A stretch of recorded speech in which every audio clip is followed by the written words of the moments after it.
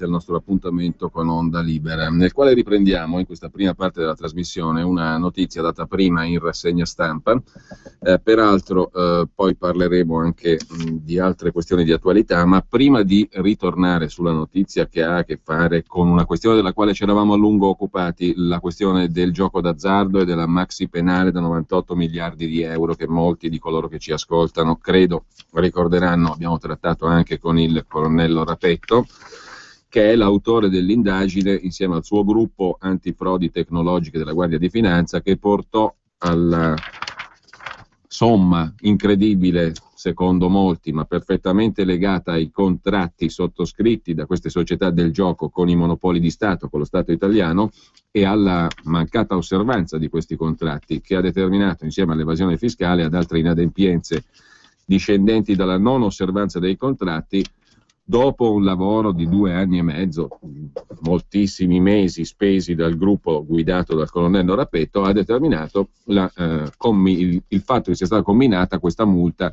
questa penale, anzi, per dir la verità, di proporzioni che molti hanno ritenuto incredibili, ma che si basavano sui contratti, sull'evasione, cioè su quello che è stato accertato in anni di duro lavoro dal gruppo del colonnello Rapetto, che per tutta risposta poi è stato sostanzialmente costretto, mobbizzato, diciamo così, ad allontanarsi dalla Guardia di Finanza. Di questa questione si sono occupati in pochi in Italia, e tra i pochi c'è anche il giornalista del quotidiano Avvenire, Nello Scavo, che abbiamo il piacere di avere con noi per la seconda volta, credo. Nello, intanto buongiorno e grazie. Buongiorno, un saluto a te e a chi ci ascolta. Allora, torniamo subito su questo argomento, ma prima, Nello, io vorrei segnalare a chi ci ascolta anche un altro articolo che tu firmi oggi su Avvenire, che riguarda la questione del commercio di armi. Parliamo del commercio di armi, quello, per quanto sia difficile avere i numeri, legittimo, quello cioè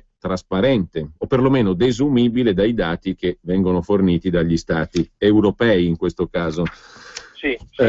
L'esportazione di armi dall'Europa verso le zone, verso anche le zone che sono purtroppo di attualità, compreso l'Iraq, la cui integrità territoriale è messa a serio rischio, se non è già sbriciolata di fatto, anche per l'avanzata dell'esercito dello Stato islamico dell'Iraq e del Levante, l'ISIS, di cui andiamo purtroppo leggendo le gesta in questi giorni.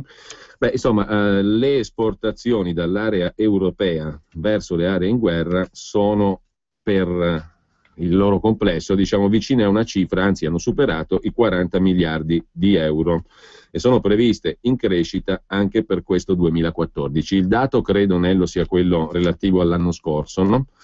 E già si registrava una crescita del 6%. Tu riporti all'inizio dell'articolo una domanda sensata, mi sembra, che si è posto anche il nunzio apostolico a Baghdad, Monsignor Lingua.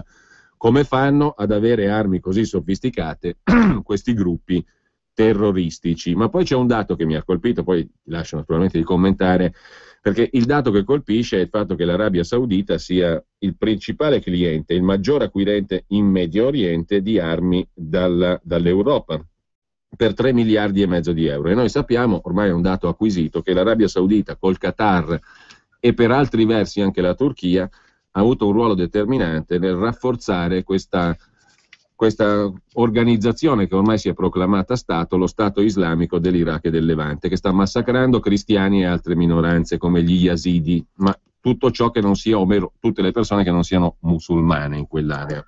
Tra l'altro Avvenire ospitava ieri un'intervista che faceva venire i brividi all'arcivescovo di Mosul, Emil Nona, il quale in sintesi ci ha detto che cos'è l'Islam. L'Islam vero, dice lui, la vera visione dell'Islam è quella che vediamo in opera adesso in Iraq. E poi toccherà anche a voi, amici occidentali.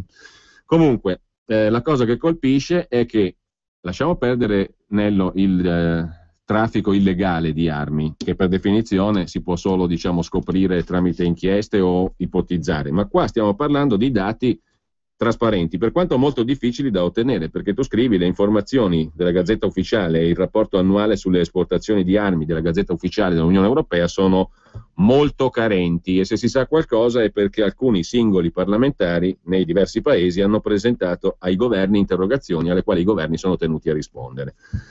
Il quadro è parecchio pesante, mi sembra, Nello. Sì, il quadro è davvero pesante e il fatto straordinariamente negativo purtroppo riguarda il fatto che non si tratta, appunto, come dicevi giustamente tu, di esportazioni illegali, ma di fatti che avvengono alla luce del sole. E questo significa che naturalmente una parte importante e cospicua delle cancellerie europee, perché si tratta di esportazioni che vengono autorizzate dai governi centrali dei singoli paesi, hanno scommesso più sul traffico di armi, o meglio, ecco, sul commercio di armi, che non sulla diplomazia. E questo di per sé dovrebbe portarci a riflettere molto, perché quando ascoltiamo dei responsabili di politica estera che invitano al silenzio le armi per far posto alla diplomazia, mi viene da pensare che forse ci sia dell'ipocrisia in questo. Il dato che tu ricordavi, cioè di un aumento del fatturato europeo complessivo del 6%, al suo interno contiene dei dati strabilianti, se vogliamo. La Francia ha avuto una crescita delle esportazioni di armamenti del 30%. Nessun settore, credo, in Europa può registrare in un momento di crisi come questa un successo tra virgolette, come la produzione e la compravendita di armamenti. Tra l'altro, tu hai citato la Francia, il dato sicuramente colpisce, perché nel tuo articolo tu elenchi una serie di numeri che vanno tenuti a mente, secondo me, che farebbero bene a tenere a mente anche coloro che ci ascoltano, perché ci sono numeri, perlomeno quelli che, ripeto, si sono potuti avere, perché come tu sottolinei, l'Unione Europea nella Gazzetta Ufficiale prevede un rapporto annuale sulle esportazioni di armi, ma le informazioni sono scarse. Ciò nonostante, il dato della Francia colpisce molto, perché la Francia in questi 40 miliardi di traffico su materiali militari dall'Unione Europea verso l'esterno, verso gli altri paesi, la Francia recita un po' la parte del leone, perché 13 miliardi e 700 milioni fanno capo alla Francia e la metà di questa cifra è in sostanza destinata proprio ai paesi del Medio Oriente, no? Sì, e questo di per sé dovrebbe, come dire, aiutarci a comprendere qual è il grande gioco geopolitico che sta avvenendo su quella parte del mondo. Va ricordato inoltre che l'Arabia Saudita, che è il principale acquirente, tu giustamente segnalavi la cifra di 3,5 miliardi di importazioni dall'Europa, è considerata oggi da diverse fonti internazionali trasversali e anche, diciamo, avverse tra di loro ma concordanti in questo caso, tra i principali sostenitori dell'ISIS, che sta tentando di balcanizzare l'Iraq.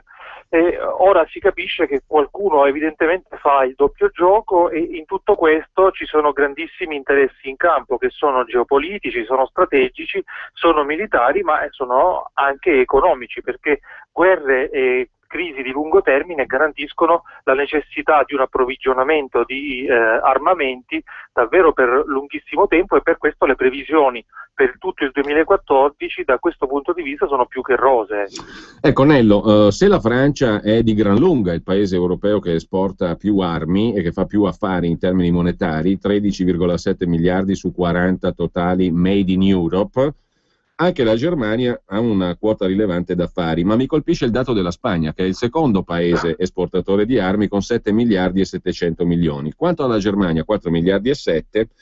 Fra i paesi che comprano armi dalla Germania ci sono ancora, di nuovo, Arabia Saudita, Qatar, Indonesia, oltre all'Algeria. Qatar e Arabia Saudita sono i finanziatori dell'ISIS, l'esercito dello Stato islamico dell'Iraq e del Levante, no? Anche questo è un dato che ormai abbiamo appreso con ragionevole certezza, no? E anche questa è una contraddizione. I 4 miliardi e 2 dell'Italia, che affari e verso quali paesi, diciamo, rappresentano affari? Cioè, dove esporta armi l'Italia?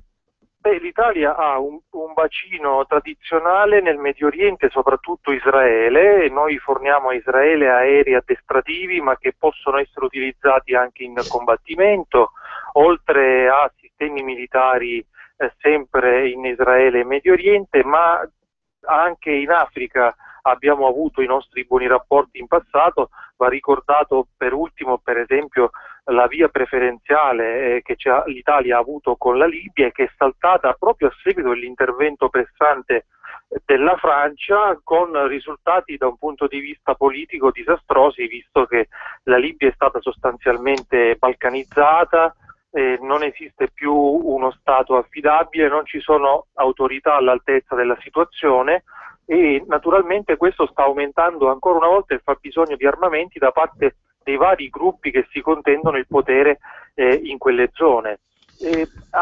Quello che vorrei dire è che una volta le armi arrivavano in questi paesi soprattutto attraverso le cosiddette triangolazioni.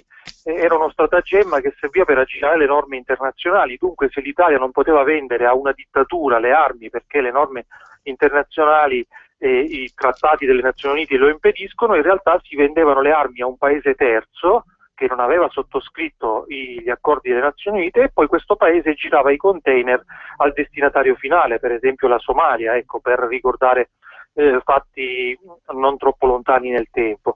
Oggi non avviene più neanche questo, le triangolazioni sono ridotte al minimo, salvo che per alcune repubbliche particolarmente agitate dell'Africa e dell'Africa subsahariana, ma avviene tutto pressoché alla luce del sole, alle volte semplicemente spedendo armi allo scopo per esempio di difesa personale o di porzioni di armamenti che possono essere poi assemblate sul posto e consentono l'uso delle armi in guerra. Recentemente si è scoperto un carico di fucili di una nota azienda italiana, fucili che vengono prodotti per la caccia, ma che con una piccola modifica possono essere utilizzati dagli sniper, cioè dai cecchini, e che in alcune zone fanno davvero strage di civili. Questo diciamo è il contesto generale dentro al quale ci muoviamo e sarebbe il caso di aprire gli occhi. Io capisco che dietro a queste aziende ci sono spesso, oltre che degli interessi naturalmente molto forti, anche dei lavoratori. E per anni l'Italia è stato il principale produttore al mondo di mine antiuomo e adesso questo mercato è stato ridotto al minimo, ma dobbiamo anche domandarci se il tipo di Made in Italy che vogliamo esportare è questo. Comunque i dati colpiscono, colpisce il fatto che ci siano tra i destinatari di armamenti e per volumi rilevanti i paesi che poi finanziano la brigata, o meglio lo Stato islamico dell'Iraq e del Levante, che sta compiendo un'operazione di pulizia etnico-religiosa terribile, perché le cronache le abbiamo lette tutti in questi giorni in Iraq, sì. E tra l'altro in una situazione nella quale adesso si dice dobbiamo armare i curdi perché sono stati l'unica forma di barriera per le popolazioni non musulmane di quella zona nei confronti dell'espansione di questo califfato, no? Sì. Anche questo fa parte della contraddizione e dell'ipocrisia globale, perché i curdi lamentano il fatto che le loro armi sono quelle vecchie addirittura che hanno potuto accaparrarsi all'epoca del 2003, insomma, 10 sì, e più anni fa. Beh, i curdi vivono una situazione, hanno vissuto per decenni, se non per secoli, una situazione molto difficile anche nei rapporti con la Turchia. Oggi il mondo scopre di avere bisogno dei curdi, con la stessa popolazione che per lungo tempo è stata isolata e che alcune volte si era espressa in forme militari o terroristiche piuttosto forti. Ricordiamo uno dei leader come Öcalan, dei certo. curdi turchi, che era transitato dall'Italia. E oggi scopriamo di avere bisogno dei curdi. Ecco, io credo che l'espansione dell'ISIS sia davvero uno scandalo per la politica internazionale, perché per lunghissimo tempo è stata mascherata la forza di questi gruppi. Non si tratta di gruppi militari di invasati e basta. Ecco, io non li descriverei semplicemente come dei pazzi spinti semplicemente dal fanatismo religioso. È un esercito ben organizzato, benissimo addestrato, che ha ricevuto per moltissimo tempo armi anche dagli Stati Uniti, perché faceva comodo questo tipo di opposizione, per esempio in Siria. E sappiamo che gli Stati Uniti, ad esempio, hanno dei depositi di Kalashnikov, che sono armi di produzione russa, e oltre ad essere così come gli AK, ecco, altre armi di questo genere, ma lo scopo era quello di rifornirli di armamenti e ricondurre ad altri la responsabilità di questi rifornimenti. E purtroppo a lungo andare questo sistema si è rivelato un boomerang, perché in Siria la situazione non è stata risolta, anzi è peggiorata. Non bisogna, insomma, abbiamo anche dei sequestrati italiani recentemente, quindi occorre anche essere prudenti, ma bisogna avere il coraggio anche di dire che la comunità internazionale non è stata capace di risolvere questi problemi, così come non è stata capace di risolvere il problema del rapporto difficilissimo, tesissimo tra Israele e i palestinesi, in particolare Hamas. E lo stesso sta accadendo in Iraq, che rischia ormai di essere separato in 3 o 4 regioni, che tra l'altro, va detto, è un antico sogno americano, quello di dividere l'Iraq in 3, perché un paese diventa così più gestibile, perché risponderebbe a confini sostanzialmente tribali, e meno forte da un punto di vista politico sullo scacchiere internazionale, perché ridurrebbe il suo impatto sulla politica internazionale. Sciiti, sunniti, curdi, insomma. Esattamente. Ecco, io credo che l'ISIS abbia commesso, qualcuno dice un errore, io non so se si tratti di un errore, perché probabilmente se non avessero deciso di procedere a quello che sta rischiando davvero di diventare un genocidio, probabilmente le cancellerie internazionali avrebbero chiuso gli occhi. E il fatto che invece si siano sentiti così forti da minacciare le minoranze etniche e religiose, in particolare quelle cristiane, ha costretto la comunità internazionale, gli Stati Uniti in primis, a dover in qualche modo intervenire. Ma questa è una prova di forza. Sì. Sta di fatto nello che appare anche a un superficiale osservatore, come può essere il cittadino comune, il lettore, incredibile che dopo 22 anni sostanzialmente, il primo bombardamento fu del 91 all'Iraq, sì. E dopo un'occupazione militare, peraltro Obama poi ha fatto vanto di essersene andato, evidentemente la situazione non era stata pacificata e risolta per niente, in nessun modo, però fa specie, fa impressione pensare che nessuno si sia accorto che nel frattempo stava nascendo qualcosa di simile all'ISIS. Sì. Questo francamente non è credibile. No, non è assolutamente credibile. Io credo che tutti sapessero e che questa situazione conveniva generalmente a tutti, ma è stato sottovalutato il rischio che si potesse arrivare anche a un genocidio. Come spesso succede alla politica estera occidentale, non viene interpretato fino in fondo il rischio dei gruppi che comunque hanno un riferimento religioso. Io non posso definire musulmani persone che uccidono in nome di Dio, non voglio ancora rifiutarmi di credere che si possa fare questo, però purtroppo è quello che avviene molte volte, e forse vale la pena ricordare che Giovanni Paolo II, proprio nell'occasione soprattutto della seconda campagna militare in Iraq, invitò assolutamente a evitare la guerra perché non ne sarebbe venuto niente di buono, e purtroppo quelle parole oggi possiamo dire che furono davvero profetiche, visto che la situazione non solo non è migliorata, ma è peggiorata, ed è peggiorata per tutti. Ecco, l'arcivescovo di Mosul ha un'opinione un po' diversa, ma molto più netta, diciamo così. A dire il vero, l'abbiamo letto ieri proprio su Avvenire. Sì. In ogni caso... Sì, ma naturalmente io, come dire, bisogna fidarsi delle persone che vivono le situazioni dal di dentro, quindi al di là, diciamo, della nostra sensibilità di europei e del fatto, appunto, come dicevo prima, che bisogna sforzarsi di dialogare sempre e comunque, bisogna comunque prestare ascolto a chi vive le situazioni dal di dentro e ci racconta una realtà diversa da come noi ce la figuriamo.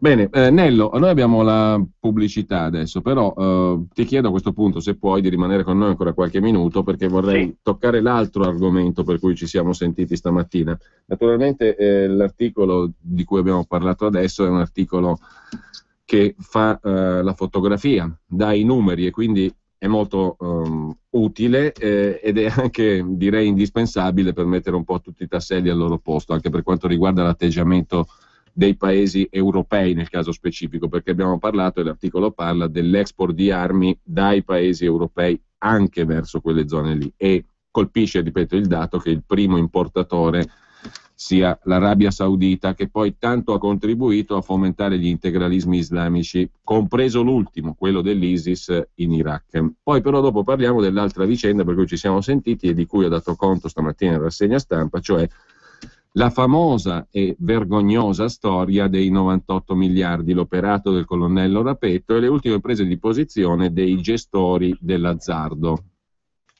Sì. Il fuoco. La ruota, l'arco, la carta, la lampadina, il microscopio. Il telegrafo, la mongolfiera, la locomotiva, il motore, la pila, il telefono. Il calcolatore, la macchina fotografica, l'aereo, il computer, le sonde spaziali, internet, la domotica, i robot. All'innovazione è impossibile resistere. È arrivata la...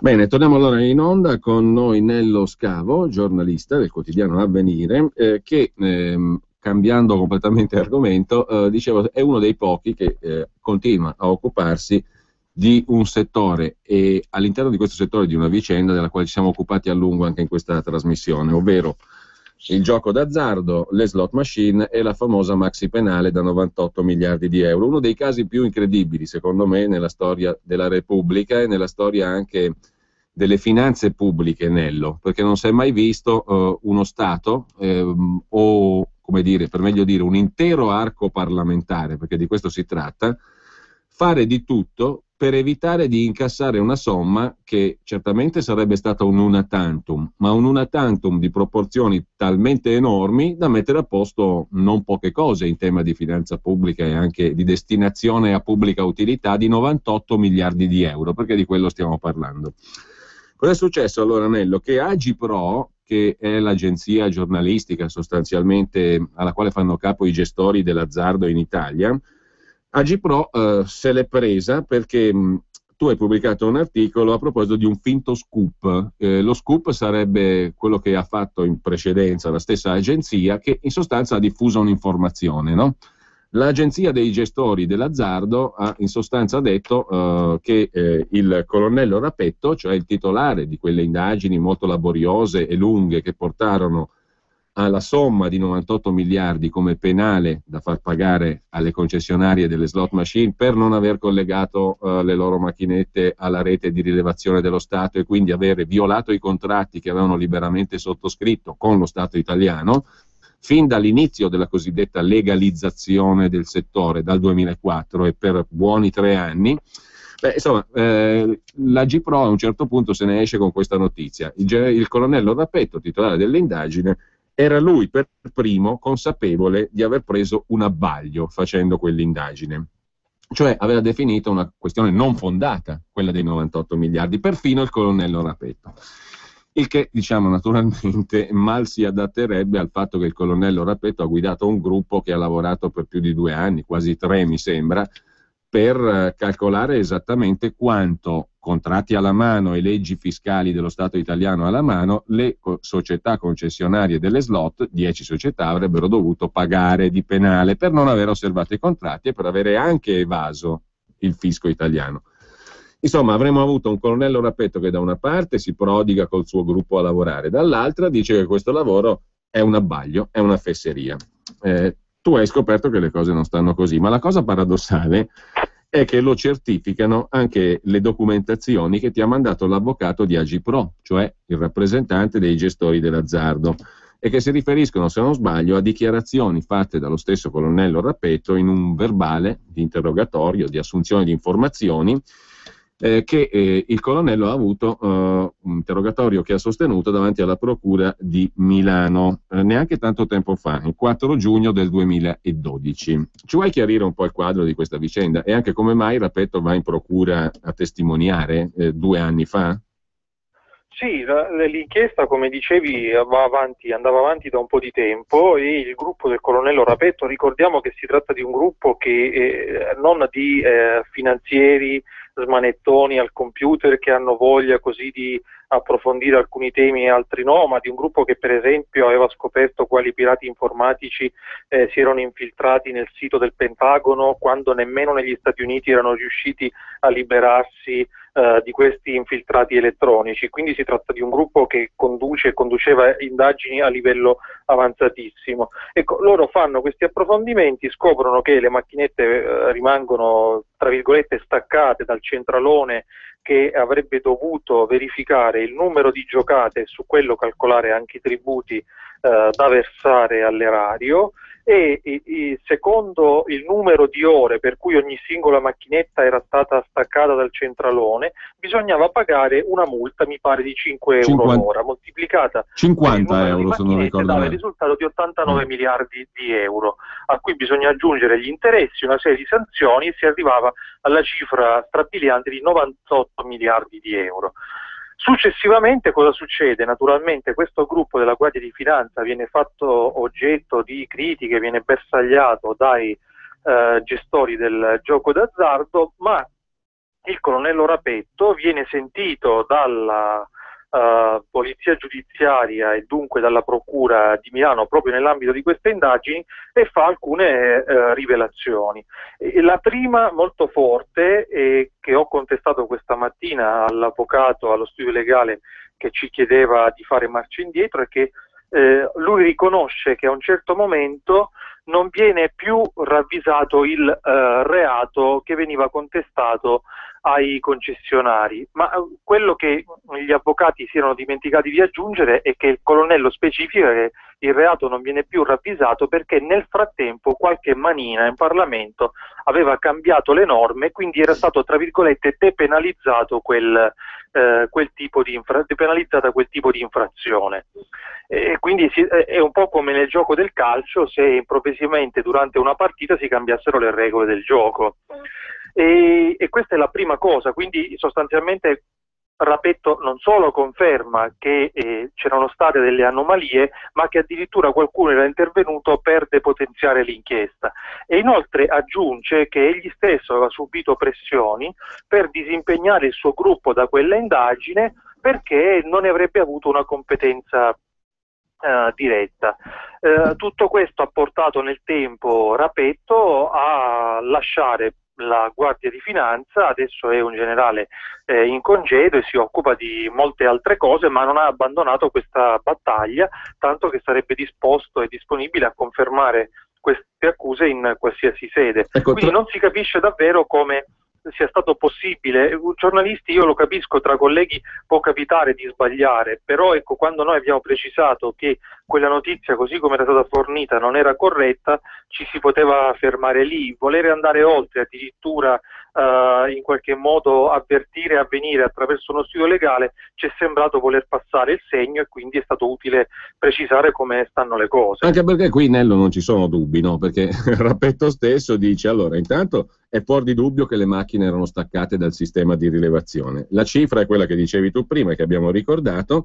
Gli accertamenti erariali si sono conclusi con certezza di danno erariale, e poi dice, se le cose, o meglio, il danno erariale non è stato più contestato, all'inizio c'era indubbiamente, perché hanno cambiato le regole in corso d'opera, e l'hanno fatto in maniera trasversale, perché noi abbiamo ricostruito anche in questa trasmissione come dal punto di vista dell'iniziativa parlamentare e anche ministeriale siano andate le cose. Quindi abbiamo una trasversalità assoluta che va dai comunisti italiani a Tremonti, passando per tutto ciò che ci sta in mezzo e arrivando alla famosa commissione istituita dal Ministero dell'Economia sotto Tremonti, ma Visco prima aveva intrapreso la stessa strada, che tra l'altro vedeva tra i suoi componenti anche uno dei big fra i gran commis, come si dice, dello Stato italiano, cioè gli alti burocrati, il ragioniere generale dello Stato, ex ragioniere Andrea Monorchio, commissione che è determinante, lo ricordi anche tu stesso e lo ricorda il generale Rappetto, per modificare i criteri di calcolo e portare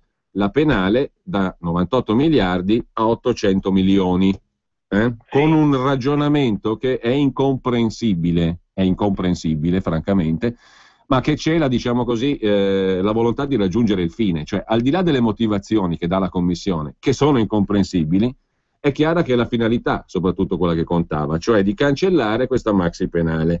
Però mi colpisce una cosa, Nello, e te ne voglio chiedere conto. Intanto, perché Rappetto il 4 giugno del 2012 va in procura, viene sentito dalla Procura di Milano? E tra l'altro, in quel caso lui, lo ricordavi tu prima, dice al pubblico ministero di aver subito l'invito più volte a lasciar perdere con queste indagini. Questa mi sembra una notizia di reato. E come sappiamo in Italia le notizie di reato sono perseguibili d'ufficio, quando si hanno, specialmente quando le racconti a un pubblico ministero. Ecco, noi non sappiamo poi in realtà se a seguito di queste dichiarazioni sia mai partita un'indagine, un approfondimento in questo senso, e naturalmente sarà nostro interesse verificarlo. Però di certo Rappetto dice una cosa molto forte, ma al di là del significato che questa pressione può aver avuto su di lui o sul suo gruppo, se non altro questo dimostrerebbe che vi è stato un interesse, come dicevi tu, trasversale, che va dalla politica alle alte sfere delle forze dell'ordine, per cercare di depotenziare quelle indagini e calmierare gli effetti disastrosi, mi rendo conto, per i concessionari dell'azzardo, provocati dalla scoperta di un danno erariale così forte. Evidentemente ancora oggi sopravvive in Italia l'antica abitudine a voler mettere insieme forze politiche, forze economiche e interessi di vario tipo per tutelare altri e più vasti e comunque particolaristici interessi. Credo che a nessun cittadino italiano sia mai capitato di vedersi scontato una multa, certo, o una cartella esattoriale di Equitalia da 1.000 euro a 1 euro. Ecco, il rapporto più o meno è quello. Soprattutto con un intervento, diciamo così, che non è stato neanche propriamente di carattere legislativo, è stato un intervento di carattere regolamentare, ma pur sempre normativo, che in pratica ha cambiato le regole del gioco. Perché, insomma, la cosa pazzesca, Nello, è questi avevano firmato, i concessionari, nel 2004 dei contratti ben precisi, e come ha più volte detto anche ai questi microfoni il colonnello Rappetto, questi l'avevano firmati i contratti, le società concessionarie, liberamente, cioè essendo a piena conoscenza del fatto che se tu quel contratto non l'avessi rispettato in futuro, avresti dovuto pagare XY, 50 euro per ogni mancata ora di collegamento alla macchinetta, tanto per dirne una. Sì. Il punto è che i contratti non furono rispettati da subito, cioè dall'inizio di quello che doveva essere il percorso di legalizzazione.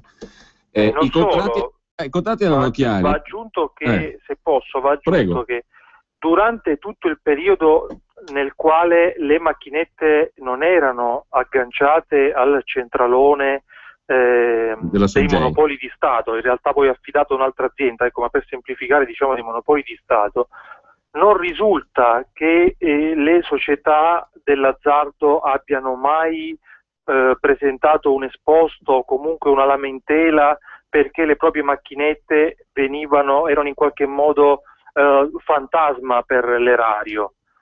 E non risulta neanche che i monopoli si siano accorti di nulla per 3 anni e qualcosa. Esattamente, ma sia i monopoli che i concessionari naturalmente potevano accorgersene. Allora scusami Nello, anche perché i concessionari naturalmente sapevano benissimo quali erano i loro introiti e avrebbero potuto facilmente calcolare che all'introito ottenuto non corrispondeva il tributo che veniva poi preteso dallo Stato. Ecco perché Nello io faccio un ragionamento semplice. I monopoli di Stato, prendiamo il lato diciamo statale della parte contrattuale, perché dall'altra parte abbiamo dei privati, possiamo anche presumere, malignamente forse, però insomma spesso ci s'azzecca, come diceva un uomo illustre, possiamo presumere che il privato, se appena può, ha la tendenza a fare il furbo. Ma dall'altra parte ci sono i monopoli di Stato e stiamo parlando di un business che viene legalizzato proprio per sottrarlo agli illeciti, spesso mafiosi, ma comunque agli illeciti in generale. Allora io presumo che i monopoli di Stato, lo Stato italiano, il Ministero dell'Economia, il settore finanze, dal quale dipendono i monopoli e via dicendo, abbiano perlomeno l'interesse a verificare che da subito, nei primi mesi, nel primo anno, nei primi 2 anni, le cose funzionino. Allora, in presenza di cifre che non tornano, perché poi dovrebbero oltretutto sapere quante sono le macchinette collegate, tanto più che stiamo parlando di una legalizzazione, giusto appunto. Allora, in presenza di questo, in presenza dei dati che non arrivano, le cose non tornano, passano tranquillamente 3 anni senza che i monopoli di Stato se ne accorgano. Tant'è vero che l'allora numero 1 dei monopoli di Stato, nel corso dell'indagine sempre fatta dal colonnello Rappetto, si vede imputare a titolo personale, ma in relazione alla sua funzione di direttore dei monopoli, una penale da 1,5 miliardi di euro, proprio per non aver controllato, no? E stiamo parlando di una personalità che può essere annoverata allo stesso livello di Monorchio, cioè un gran commì di Stato, il nipote di Maccanico, Giorgio Tino, numero 1 dei monopoli di Stato. Tutto passa in cavalleria perché, come dicevi tu, a fronte di una cosa così chiara, apparentemente, o meglio, non apparentemente, chiara, perché abbiamo un contratto, abbiamo lo Stato, abbiamo dei contraenti privati. Il lavoro è stato lungo perché tecnicamente complicato e per l'enormità delle giocate fatte in 3 anni, però il concetto è chiaro.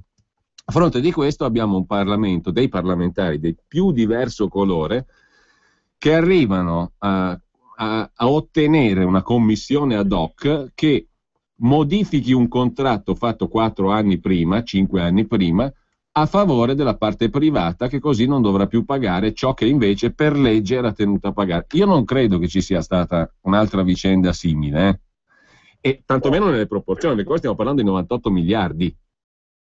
No, non mi risulta che sia mai avvenuto qualcosa del genere e spero che non accada mai più, però è il segno, se non altro, di debolezza da parte delle istituzioni che solo di recente, in seguito alle pressioni che insomma alcuni organi di informazione, anche tanta parte della società civile sta facendo, si sta premurando adesso di regolamentare in maniera molto più stringente tutto questo comparto, tanto più che poi in realtà non è stato sottratto granché al mercato illecito, visto che le mafie si sono infiltrate grazie proprio al gioco legale dentro questo settore, e grazie a cui riescono anche a riciclare milioni e milioni di euro. Perché c'è un altro aspetto, quello del riciclaggio, che è stato amplissimamente sottovalutato, no? Da qualcuno denunciato, da pochi, ma amplissimamente sottovalutato. Io mi domando, non so che idea ti sei fatto tu, Nello, però leggendo il volume, l'ammontare complessivo del gioco, pare che 40-45 miliardi vengano giocati soltanto con le slot machine, su un totale di una 90 di miliardi nel complesso del settore del gioco. Leggendo certe medie di gioco di certe città, a me mi viene da pensare che una parte di quelle medie di gioco, perché si dice ogni cittadino spende 1.300 euro, per esempio in certe città all'anno, 100 euro al mese, ogni cittadino, pro capite significa, mi sembrano francamente delle cifre che includono anche il riciclaggio, perché altrimenti non ci arriviamo a una media così, o no?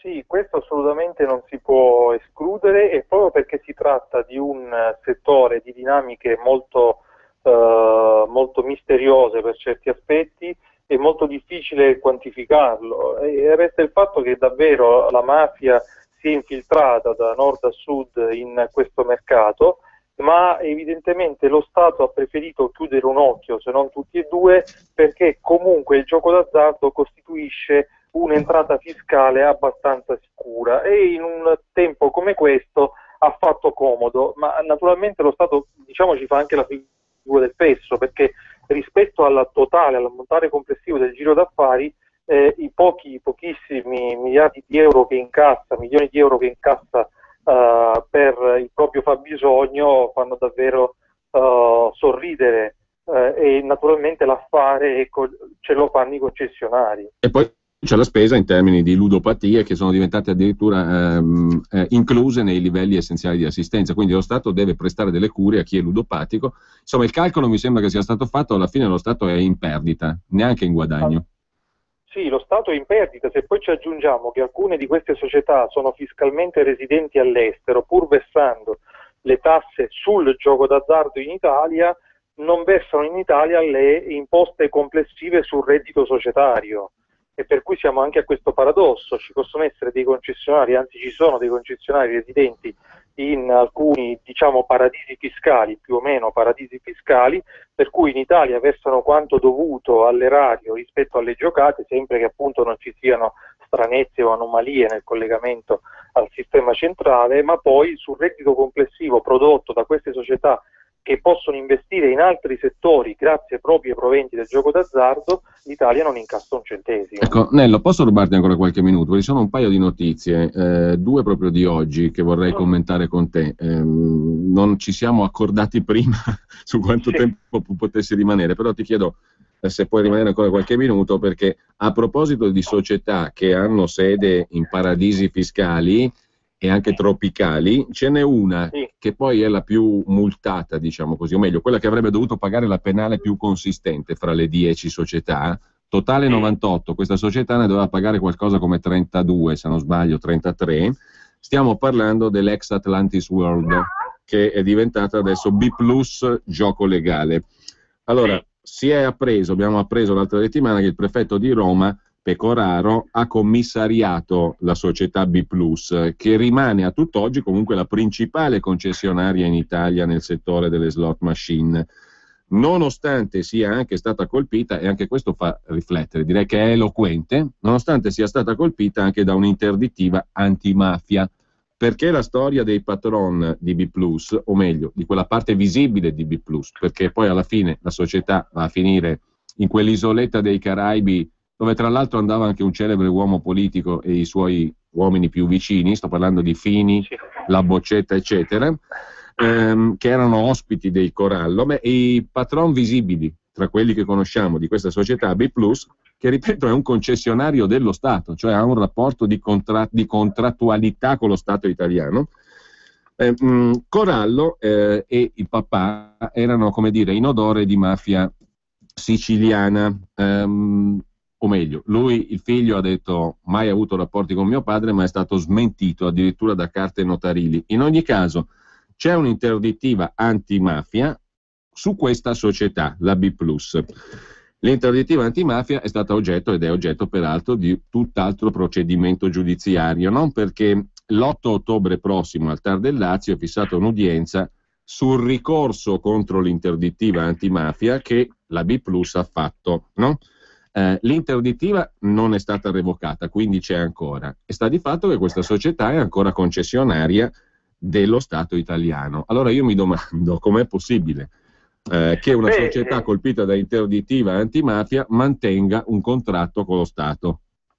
È davvero un sistema malato, perché una cosa così non dovrebbe essere permessa. A un certo momento, naturalmente, quando si è lasciato correre così tanto, adesso il prefetto di Roma e tra l'altro l'autorità contro la corruzione presieduta da Cantone è dovuta intervenire per cercare di preservare, se non altro, i livelli occupazionali. Quindi sostanzialmente la società viene commissariata, viene gestita in maniera pressoché, diciamo, diretta da organismi di supporto, e naturalmente il rischio è che per B+ è di vedersi negare la prosecuzione della concessione, e non a caso proprio Corallo recentemente ha in qualche modo minacciato lo Stato italiano di abbandonare l'Italia e lasciare questo mercato.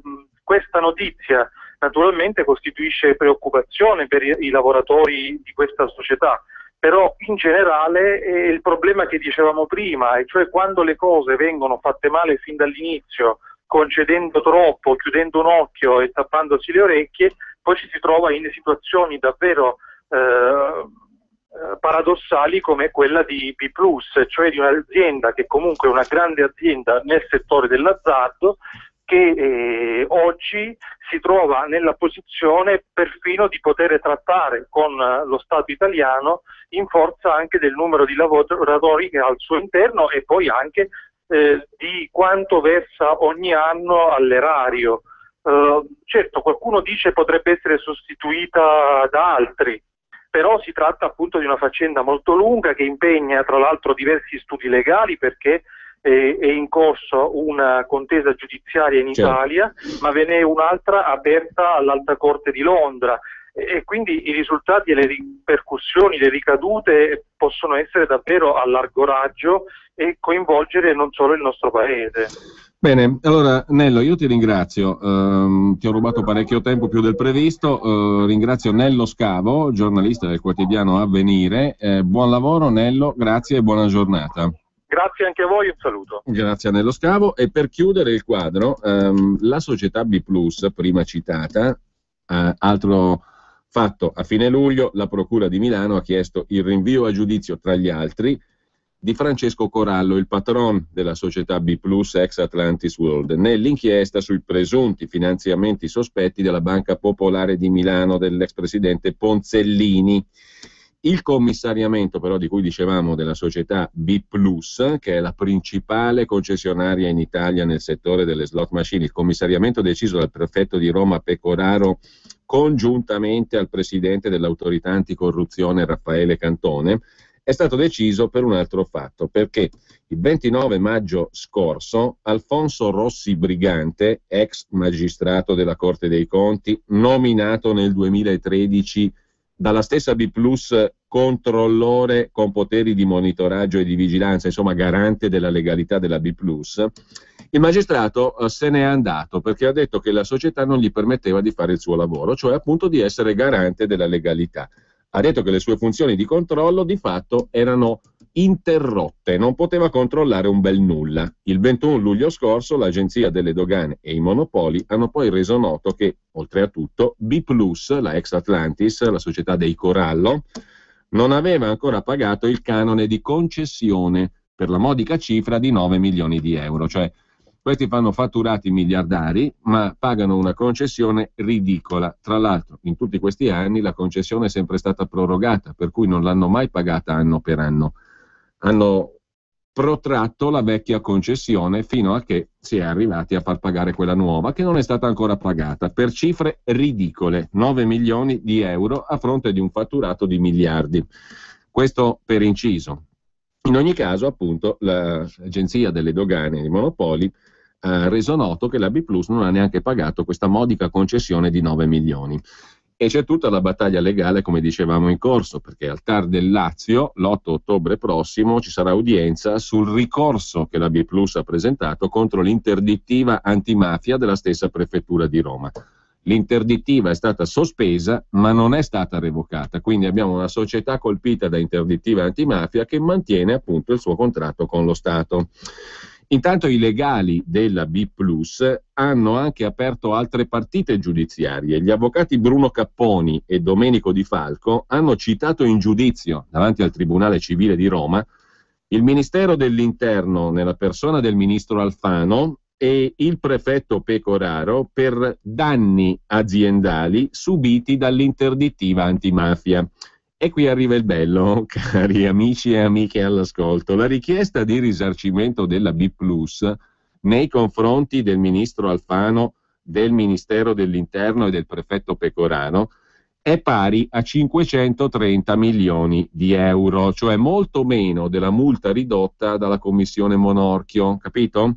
Quei 4 spiccioli che dovevano pagare non solo non li hanno pagati, non solo non hanno pagato i 33 miliardi iniziali la B+ sui 98 miliardi delle 10 concessionarie, ma adesso chiedono allo Stato il danno per 530 milioni di euro.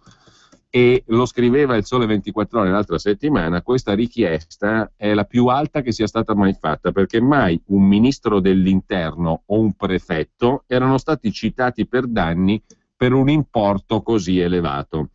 Dopodiché si è aperta anche la partita legale londinese, perché lo studio legale londinese Hirons, per conto sempre della B+, ha chiesto al prefetto di Roma di revocare i provvedimenti. Se no, hanno detto i legali, la società si rivolgerà all'Alta Corte di Londra.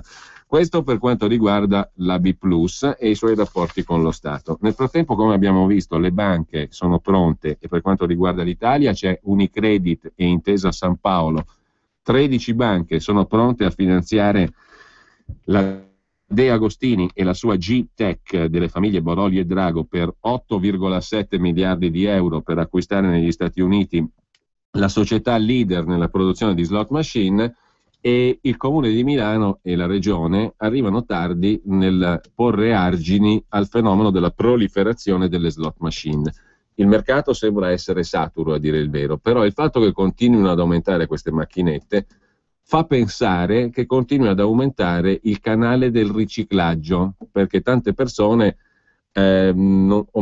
l'aumento del numero delle macchinette, specie in un periodo di crisi come questo, non può essere proporzionale al numero dei giocatori che aumentano. Insomma, in poche parole, è legittimo pensare, sì, certo, che tante persone giochino, ma non al punto tale da verificarsi un aumento di macchinette come quello che si sta verificando installate nei locali. Ergo è facile desumere che la parte del riciclaggio sia sempre più corposa in questo tipo di business. Il Comune di Milano sta approntando una mappa, diciamo così, delle possibili installazioni future da qui in avanti delle macchinette, molto rigorosa, molto, come dire, rigida, perché la mappa tracciata dal Comune di Milano in sostanza esclude il 99% del territorio di Milano quasi dall'installazione di nuove macchinette, riservandole solo all'estrema periferia. Però il Comune di Milano, scrive il Corriere della Sera stamattina, arriva tardi, perché negli ultimi 6 anni il numero di macchinette installate a Milano è esattamente raddoppiato, quelle ufficiali naturalmente. L'apice è stato raggiunto e si raggiungerà anzi quest'anno, 2014. Sono più di 9.500 gli apparecchi, inoltre 1.700 tra esercizi pubblici e sale da gioco. Nel 2008 eravamo a 5.500, quindi c'è stato in pratica un quasi raddoppio del numero totale delle macchinette. Sempre restando ai dati, risultano a Milano 300 giocatori patologici in cura nei servizi dedicati delle 2 ASL della città di Milano, ma molti di più, si stima almeno 2.500, sarebbero i milanesi che avrebbero bisogno di cure, ma che la struttura delle 2 ASL cittadine non riesce a fornire. Il giro d'affari nel gioco d'azzardo in provincia di Milano vale il 4,5% del prodotto interno lordo. La spesa pro capite in slot machine sarebbe superiore ai 1.000 euro all'anno. Adesso voi venitemi a dire che qualsiasi cittadino di Milano, tutti, mediamente spende 1.000 euro all'anno in slot machine. Non ci credo, perché sarà pur vero che le medie sono come i polli di Trilussa, per cui ci sarà magari gente che spende molto di più di 1.000 euro, ma non al punto tale da arrivare a una media, ripeto, pro capite di 1.000 euro per ciascun abitante di Milano. Non ci credo. Questi numeri, secondo me, sono numeri che dicono una sola cosa: quello è un canale di riciclaggio che lo Stato mafioso italiano mette a disposizione dei mafiosi, dei riciclatori. Non c'è mafiosi o non mafiosi, riciclatori di capitali di origine mafiosa o non mafiosa, o frutto di evasione fiscale o altro, perché anche andando a farsi qualche giro magari tra i clienti di qualche commercialista potremmo scoprire, come dire, cose interessanti circa l'utilizzo delle slot machine. Commercialisti, avvocati, professionisti che hanno magari clienti con l'esigenza di ripulire dei soldini, oltre ai mafiosi, perché numeri di questo genere sono impensabili, cioè che ogni cittadino, ogni 1,5 milioni, ciascuno dei 1,5 milioni di cittadini di Milano spenda 1.000 euro all'anno per le slot machine, secondo me è una cosa che non sta né in cielo né in terra. Però le medie sono queste, pro capite più di 1.000 euro, in provincia di Milano. 4,5% del PIL. In new slot e video lotteries addirittura la spesa sarebbe di 1.299 euro all'anno pro capite. Ma voi ci stiamo scherzando? Cioè, la spesa pro capite in slot machine 1.000 euro, new slot e video lotteries 1.299 euro. Sono 2.400 euro che mediamente un cittadino della provincia di Milano spende all'anno follia pensare che ci possano essere delle medie pro capite di questo genere. Tiratele voi queste conclusioni. Per quanto mi riguarda sono chiare. Il 4,12% del reddito del PIL di ogni cittadino milanese se ne andrebbe così. La legge regionale già a suo tempo aveva posto dei limiti alla installazione di slot machine, la legge è la numero 8 del 2013, individuando una serie di luoghi intorno ai quali vengono impedite le nuove installazioni, cioè scuole, luoghi di culto, impianti sportivi, strutture residenziali in ambito sociosanitario e via dicendo. Questo per quanto riguarda i dati, adesso tiriamo il fiato perché di sì.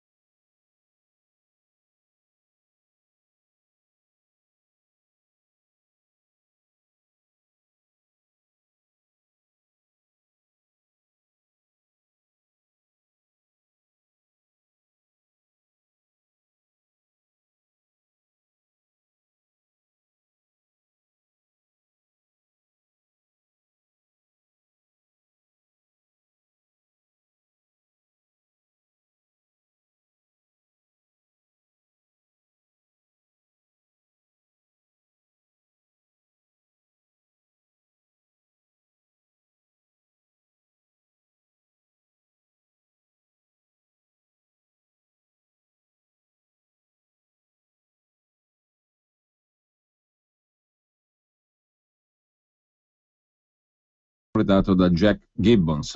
E veniamo adesso brevissimamente, perché ci rimane poco tempo. Domani invece dedichiamo più tempo alla rilettura meditata, diciamo così, se è possibile usare questo verbo, dell'articolo che abbiamo citato soltanto ieri in rassegna stampa, l'articolo di Carlo Panella sulla questione dell'apocalisse islamica dal punto di vista islamico come vero motore dell'azione di gruppi tipo quelli in opera in Iraq, lo Stato islamico dell'Iraq e del Levante. Cosa li muove veramente? Perché le guerre l'Occidente non riesce a vincerle.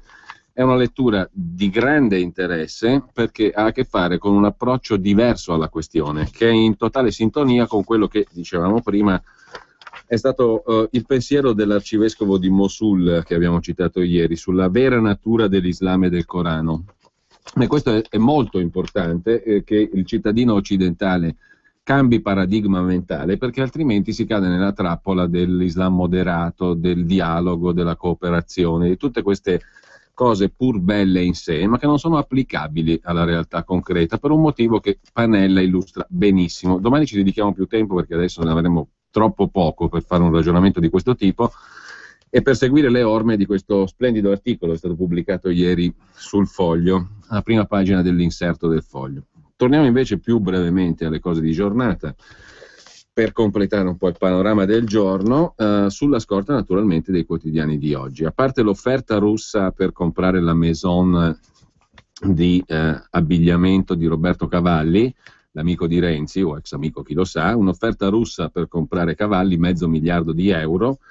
Il presidente della banca russa VTB, che è già nel consiglio di amministrazione della Pirelli, tratta per rilevare il 60% della maison fiorentina, e danno notizia a vari quotidiani, la stiamo leggendo dalla Stampa. La Stampa che mette però in prima pagina, Stampa di Torino, anche un articolo di Ugo Magri sulle mosse di Berlusconi, un patto per l'emergenza, la proposta di Berlusconi a Renzi, la mossa di Berlusconi che, ci racconta Ugo Magri, non è per niente abbacchiato, né solitario, né triste e via dicendo. Anzi, Berlusconi ad Arcore se la passa benissimo, è attivo e vede un sacco di gente, e gli è venuta questa idea: proporre a Renzi un patto per l'economia, non un aiuto esterno, ma qualcosa di più solido ancora, per così dire. Berlusconi non vuole dare una mano gratis, ci racconta Ugo Magri, non vuole favorire Renzi senza aver qualcosa in contraccambio, in una cornice dignitosa, scrive la Stampa.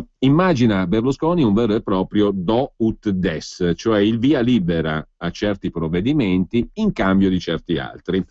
E pare che in queste ore Berlusconi si stia appassionando alla flat tax, il suo antico pallino, cioè quella questione di portare le tasse ad aliquota unica, di cui spesso abbiamo parlato anche in questa rubrica. Molto lo seduce anche la manovra shock suggerita da Capezzone per tagliare di 40 miliardi in 2 anni le tasse. Insomma, Berlusconi di nuovo è euforico, brucia dalla voglia di riprendersi la scena ed è consapevole che il Parlamento in autunno dovrà affrontare, punto primo, la riforma della Costituzione, punto secondo la legge elettorale, l'Italicum, punto terzo la variazione al documento economico e finanziario, punto quarto la finanziaria vera e propria, la legge di stabilità con misure lacrime, sudore e sangue, tanto per cambiare, sul groppone degli italiani, punto quinto la delega fiscale con la revisione delle detrazioni fiscali, fra l'altro, che sono altre tasse, perché se io non ti faccio più detrarre delle spese ai fini delle tasse, è ovvio che ti sto mettendo tasse.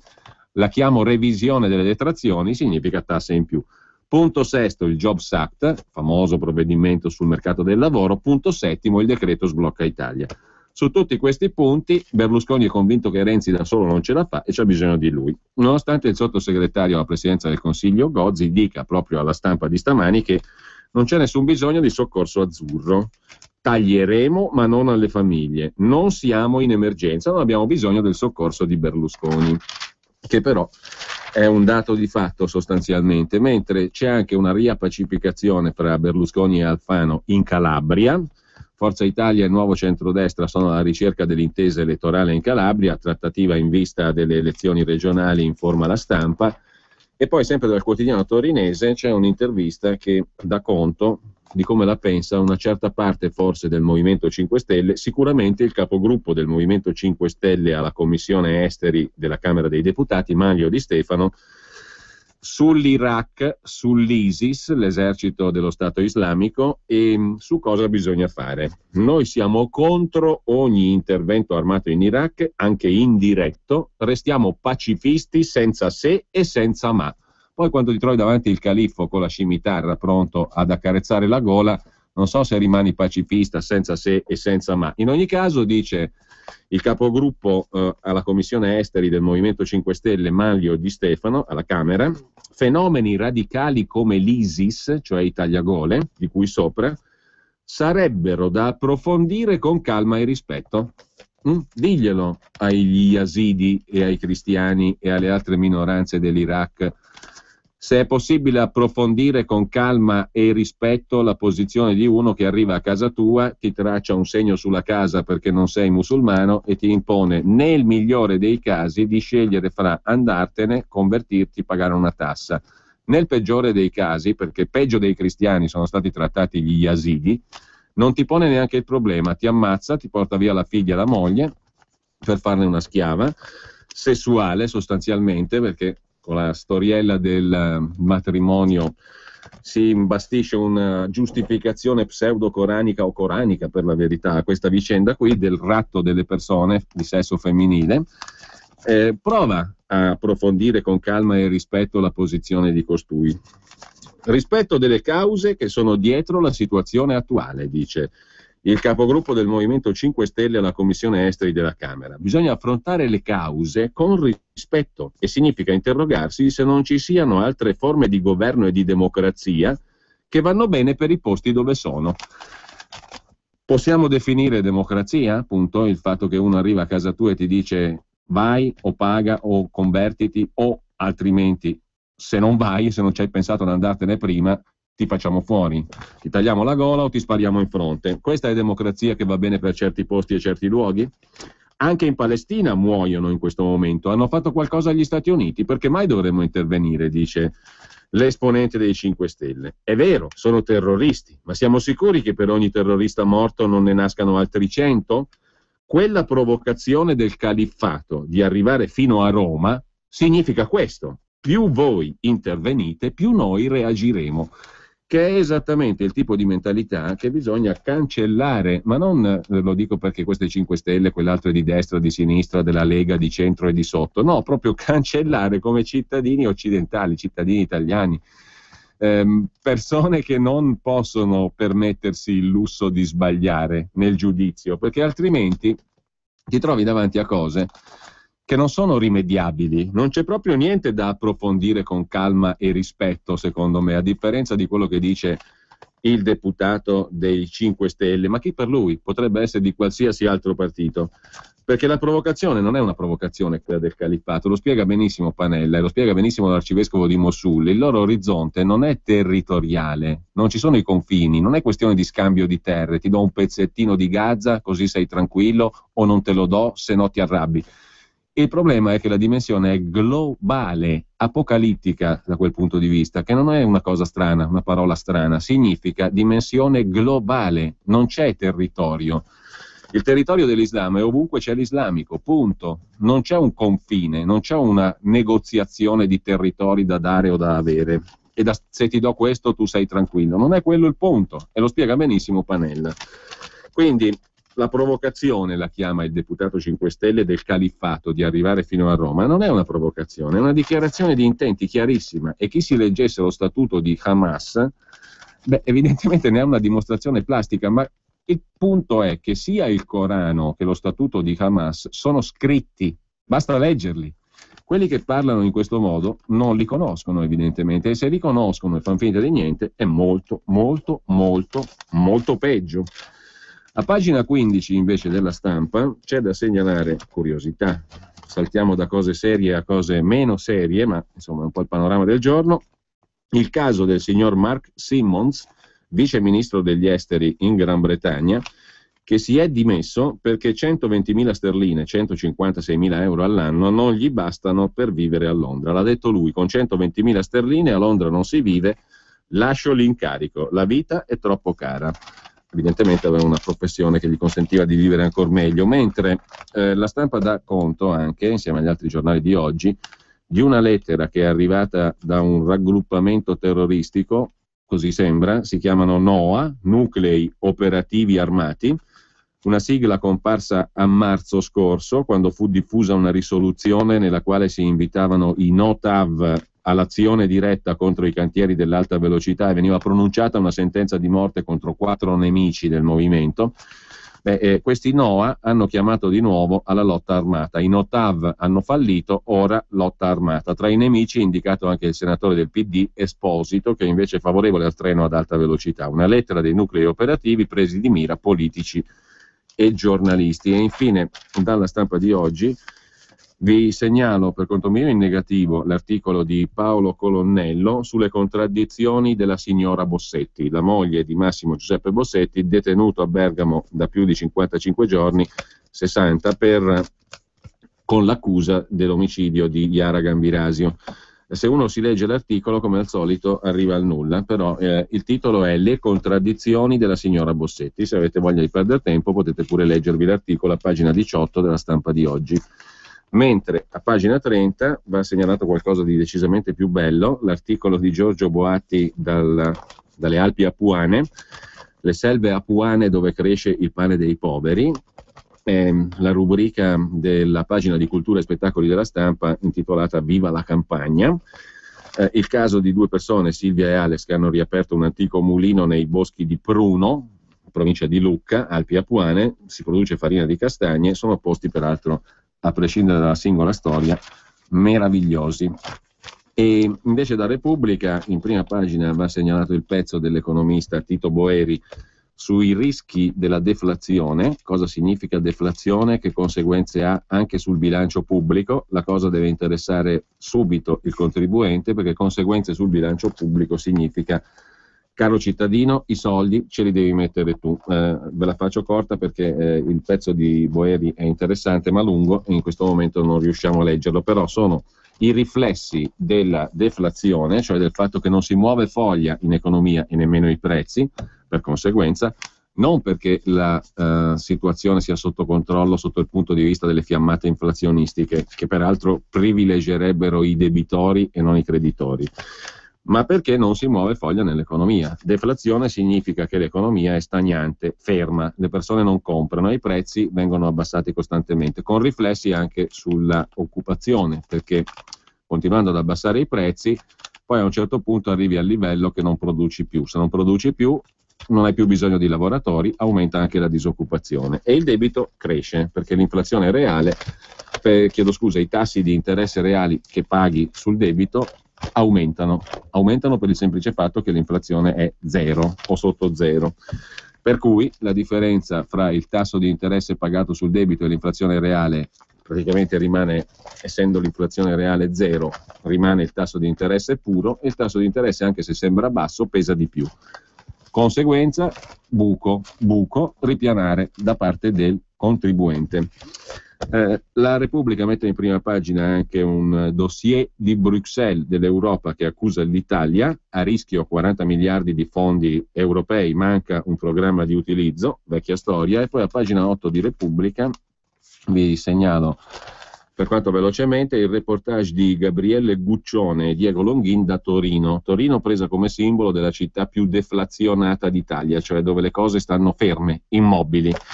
Sconti, dépliant, sacrifici, viaggio nei negozi di Torino, capitale della grande gelata, è la città con il più basso tasso di inflazione, cioè con l'economia più stagnante.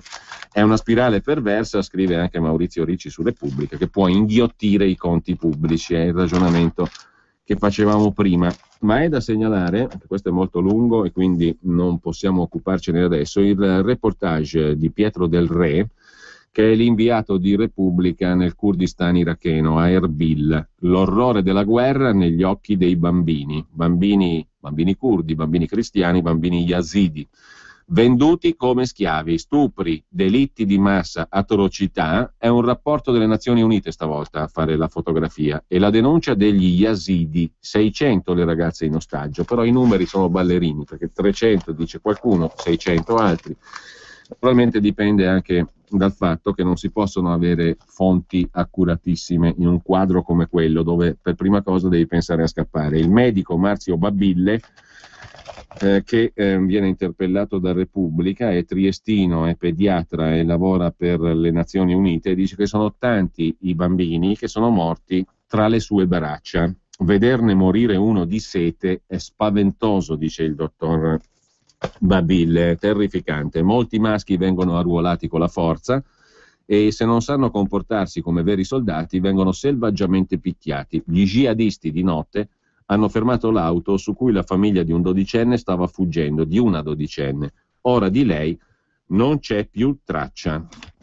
Del resto perfino il profeta, no? Maometto aveva preso mogli di quell'età lì o anche inferiori, tanto per essere precisi. Mentre il secolo XIX di Genova ci racconta in prima pagina una storia di tangenti su un fenomeno che qualche tempo fa aveva suscitato raccapriccio, parecchio tempo fa a dire il vero, cioè le cimici sui sedili dei treni delle ferrovie dello Stato.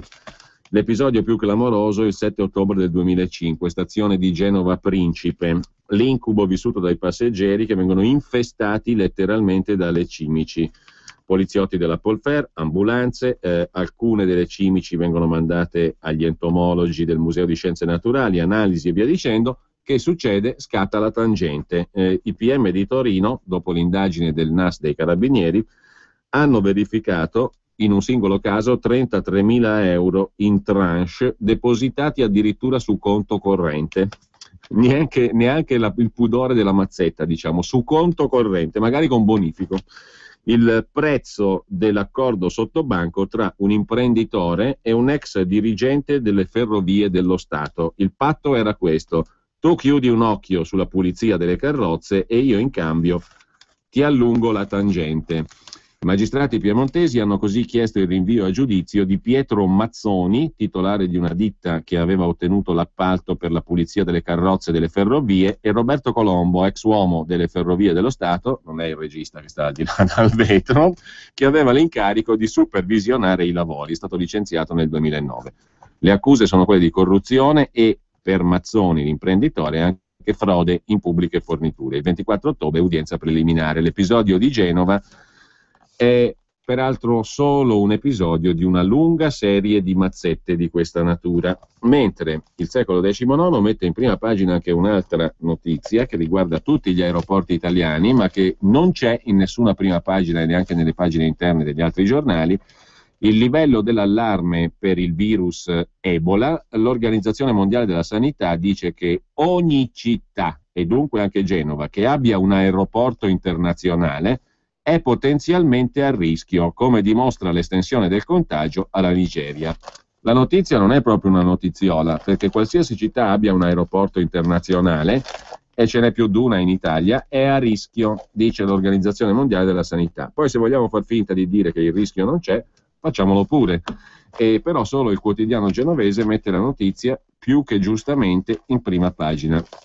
Facciamo in tempo adesso solo a citare l'articolo di Maurizio Belpietro, direttore di Libero, in prima pagina sul suo quotidiano, a proposito della regione Sicilia che chiude per ferie. Approfittiamone, dice Belpietro, e non riapriamola più. A Renzi, che vuole fare il giro per l'Italia, suggeriamo di cominciare il tour da Palermo, perché a Palermo, in nome dell'autonomia, si sprecano soldi degli altri, che è una meraviglia. Qualche mese fa c'è stato l'aumento di stipendio per i capigruppo in regione, poi un'altra leggina che ha consentito e continua a consentire di mandare in pensione i funzionari della regione con pensioni da record, e sono soltanto due delle ultime cose.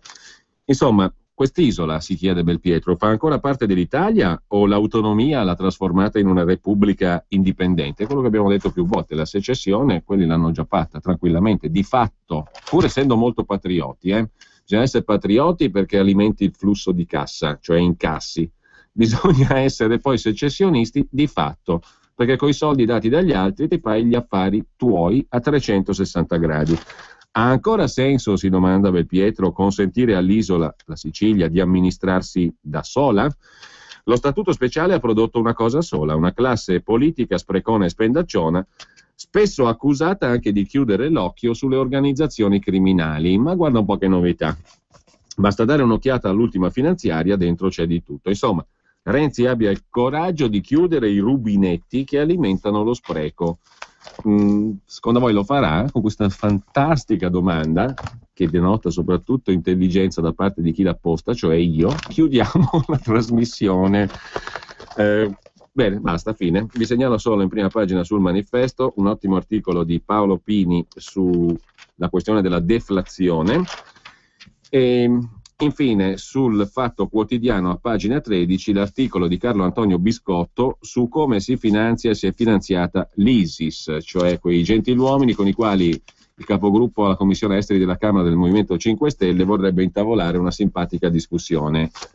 I soggetti che reggono le sorti dello Stato islamico dell'Iraq e del Levante. Con ciò, buon pomeriggio a tutti da Giulio Cainarca. Vuoi trovare nylon, Delrin, PVC, plexiglass, gomma, Vulcolan,